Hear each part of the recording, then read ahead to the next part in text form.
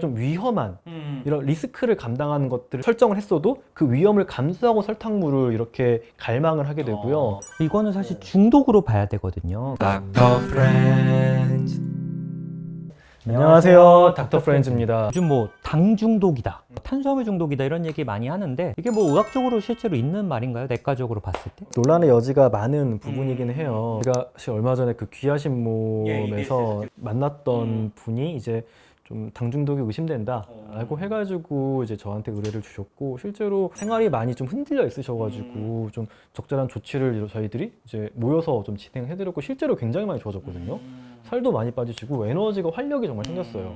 왜 이게 계속해서 이슈가 되고 있는 부분인지 좀 이야기해드리려고 하는데, 탄수화물 중독이라는 표현은 좀 약간 좀 잘못됐다고 생각을 해요. 그러니까 탄수화물은 자체가 뭐 문제가 있는 건 아니에요. 필요하잖아요. 네, 굉장히 필요하고, 자연에 있는 탄수화물은 자연스러운 사람이 에너지를 얻어야 되는 영양소의 한 축이거든요. 왜냐면은 자연의 탄수화물이 뭐예요? 결국 식물이 태양 에너지와 물을 가지고 에너지를 만들어내서 자기네에게 저장하는 게 결국 탄수화물이거든요. 곡물 같은 거니까. 결국 곡물, 과일 이런 거예요. 인류가 아주 기본적으로 어떤 자연에서 얻을 수 있는 그 에너지원 중에 하나였거든요. 자연스러운 거죠, 어떻게 보면. 그런데 사실 이렇게 식물이 만들어내는 탄수화물은 굉장히 복잡한 구조를 가지고 있어요.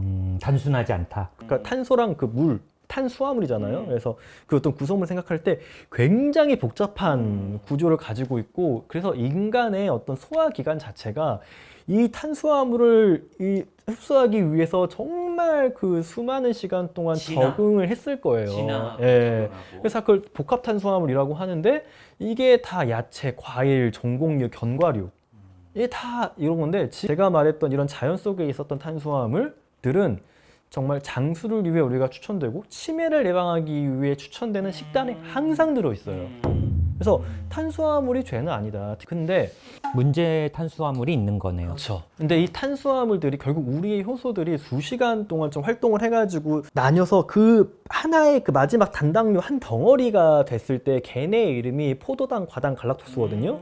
얘네가 뭐 두 개씩 붙어 있는 거는 뭐 설탕, 엿당, 젖당이라고 하는데, 그러니까 이렇게 작게 이게 나눠지는 게 원래 우리 몸에 들어와서 한참 시간이 지난 다음에 이렇게 천천히 우리 몸에 흡수가 돼야 되는 건데, 지금은 인류가 그냥 이거를 이 마지막 단계, 사실 우리 몸이 엄청나게 노력을 해야 만들 수 있는 그 단계의 산물들을 그냥 먹네요. 네, 바로 먹는 거예요. 물론 과당이 과일에 들어있긴 했어요. 그러니까 과일이 달잖아요. 근데 과일에는 엄청나게 많은 식이섬유와 좋은 성분들이 사실 있었거든요. 그랬는데 우리가 이제 그 마지막 과실들만 이렇게 딱 먹으면서 예전과는 다른 우리 몸의 반응들을 일으키는 거예요. 우리의 어떤 육체는 기본적으로 이런 단맛 나는 음식들을 좋아하게 만들어져 있어요. 왜냐하면 탄수화물은 우리가 바로 에너지로 사용할 수 있는 이런 당이라는 거는 정말 좋은 에너지원이거든요. 뇌에도 반드시 필요하고, 그러면 우리가 생존하기 위해서는 이런 것들을 더 먹게 디자인 돼야 되잖아요. 그래서 우린 단맛을 좋아해요. 대부분의 동물들이 그렇고요.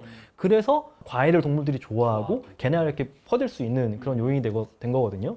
그렇다 보니까 이 과일을 먹도록 우리 몸은 그런 행동을 유발해야 되니까 아주 이런 단맛을 느끼면 뇌에서 도파민이 나오게 돼 있어요. 그 행동을 유발시키니까. 그냥 이런 과일만 먹어도 그런 반응이 일어나는데, 바로 혈당을 올리는 이제 액상과당, 설탕 같은 게 너무 흔해져 버렸잖아요. 얘네가 점점 이렇게 서로 경쟁을 하면서 발달을 하면서 입에서 느껴지는 그 맛도 굉장히 자극적이에요, 이제. 그래서 액상과당이나 지금 그 초가공 식품들은 우리 몸에 굉장히 빠른 혈당 반응을 일으키면서 뇌에서 해보니까 도파민과 엔돌핀을 분비시키게 해요. 이게 처음에는 쥐에서부터 연구가 됐거든요. 아, 이거 설탕물 분명히 굉장히 자극적인데 어떤 반응을 쥐한테 일으킬 수 있을까 해서 연구가 했었는데, 물론 굉장히 과량을 먹이긴 했어요.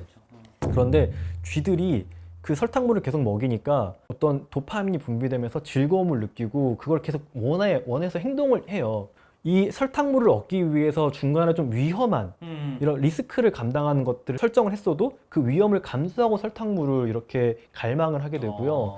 그리고 설탕물을 단절했을 때 갑자기 금단 증상 있죠. 이빨을 덜덜 떨거나 불안해한다거나 이런 증상들이 관찰이 되면서, 이거는 사실 중독으로 봐야 되거든요. 알코올 중독도 보면은 하루 종일 술에 대한 생각만 하고 술을 얻기 위해서는 어떤 노력 다 하려고 하고 술을 공급하지 않았을 땐 굉장히 불안하고 초조하는 금단 증상이 있다는 거 중독의 증거가 될 수 있는데 진짜 이거는 당 중독으로 봐야겠네요. 돼지까지도 이제 연구가 돼서 돼지 같은 경우에는 아주 굉장한 단 설탕물을 먹였을 때 뇌에서 도파민과 엔돌핀이 나온다. 그리고 이런 보상 체계가 한 2주 정도면 좀 바뀌더라. 그러니까 보상 체계가 바뀐다는 게 어떤 뜻이냐면은 그러니까 우리는 도파민이 나오게 하는 행동들을 해요. 그러니까 도파민이라는 거는 내가 이 행동을 하게 만드는 원동력이 되게 하는 거거든요. 그래서 도파민 수용체를 제거한 쥐 같은 경우에는 눈앞에 음식이 있어도 내가 굶어 죽어가도 이거를 하질 않아요. 굶어 죽어요, 쥐들이. 그런데 입안에 넣어주면 행복하게 먹어요. 그래서 그 행동을 하게 하는 그 에너지를 만들어주는 게 정말 도파민인데 그런 보상 체계가 좀 바뀌는 거예요. 뇌에서 어떤 도파민이 자꾸 강하게 자극이 되면은 전체적인 수용체가 좀 떨어져요. 줄죠. 같은 음식을 먹었을 때 정상인에 비해서 수용체가 적은 사람은 그 음식으로 주는 좀 쾌감이 좀 덜하다는 거잖아요, 사실은. 그러니까 좀 더 먹게 되고 더 찾게 되고. 네, 그래서 그 사연에 나오셨던 분들도 본인도 몰랐지만 이게 다른 좀 즐거움이 좀 자꾸 배제된 생활을 하시다 보니까 음료수에서 좀 즐거움을 찾았었고 그러다 보니까 하루에 그 페트를 진짜 한 3개, 4개 이렇게 마시는 게 생활이 돼서 건강에 정말 많이 깨지고 그러다 보니까 어떤 이런 당에 좀 중독된 상황이 되면은 말한 대로 도파민을 이제 우리가 이런 음료를 통해 당류를 통해 얻게 되면은 다른 것들을 할 때 너무 피곤해요. 하기가 싫어져요. 왜냐면 다른 것들이 또 도파민 자극이 약해지니까. 그래서 전반적으로 만성 피로를 좀 본인이 경험하게 되고 무기력감이나 뭐 의욕 저하 이런 것들. 또 생체 반응이 혈당이 근데 너무 올라가 있는 상태는 굉장히 위험한 상태예요. 왜냐면은 이 포도당이란 건 흥미롭게도 우리 피 속에서 농도를 좀 결정한 힘이 있어요. 소금처럼. 이게 너무 올라가면은 우리 몸의 균형이 깨져버려요. 그래서 바로 이걸 즉각적으로 낮추기 위한 조치들이 취해지거든요. 인슐린이란 혈당을 낮추는 호르몬이 확 나와요. 굉장히 많은 약이 다량으로 좀 지속적으로 나와요. 그러면은 혈당의 순식간에 좀 떨어져요. 빠르게. 혈당이 떨어지면 또 우리 몸도 스트레스 호르몬을 분비하거든요. 다시 혈당을 올리기 위해서. 그리고 뇌로 하여금 다시 뭔가 이런 당류를 섭취할 수 있는 행동을 다시 또 명령을 해요. 근데 이런 스트레스 호르몬이 나오는 거는 되게 우리가 불안, 초조, 짜증 이런 감정을 자꾸 반복해서 경험하게 되고 이런 단당류를 반복해서 섭취하시는 거는 우리의 뇌의 어떤 이런 보상 체계를 바꿔서 자꾸 내가 이런 것들만 쫓고 다른 것들의 흥미를 좀 떨어뜨리는 효과를 불러올 수도 있고 자꾸 내 감정 상태가 기본이 평온하지 못하고 이게 짜증과 어떤 갈망을 반복하게 하는 그런 상태가 되게 할 수가 있어요. 단 맛을 어떤 내가 배가 고파서 어떤 내가 계획적으로 소비하는 게 아니라 정말 충동적으로 내가 이것들을 찾고 특히 아침에 내가 일어났을 때 제일 먼저 생각나는 게 이런 뭐 달달한 음식이라든지 간식이라든지 어떤 음료라면은 한번 돌이켜 생각해보고 이 중독에서 벗어나기 위해서 다른 대체 행동들을 해야 되지 않을까라는 고민을 좀 해보셔야 돼요. 그래서 이것만 좀 끊어도 굉장히 달라지거든요.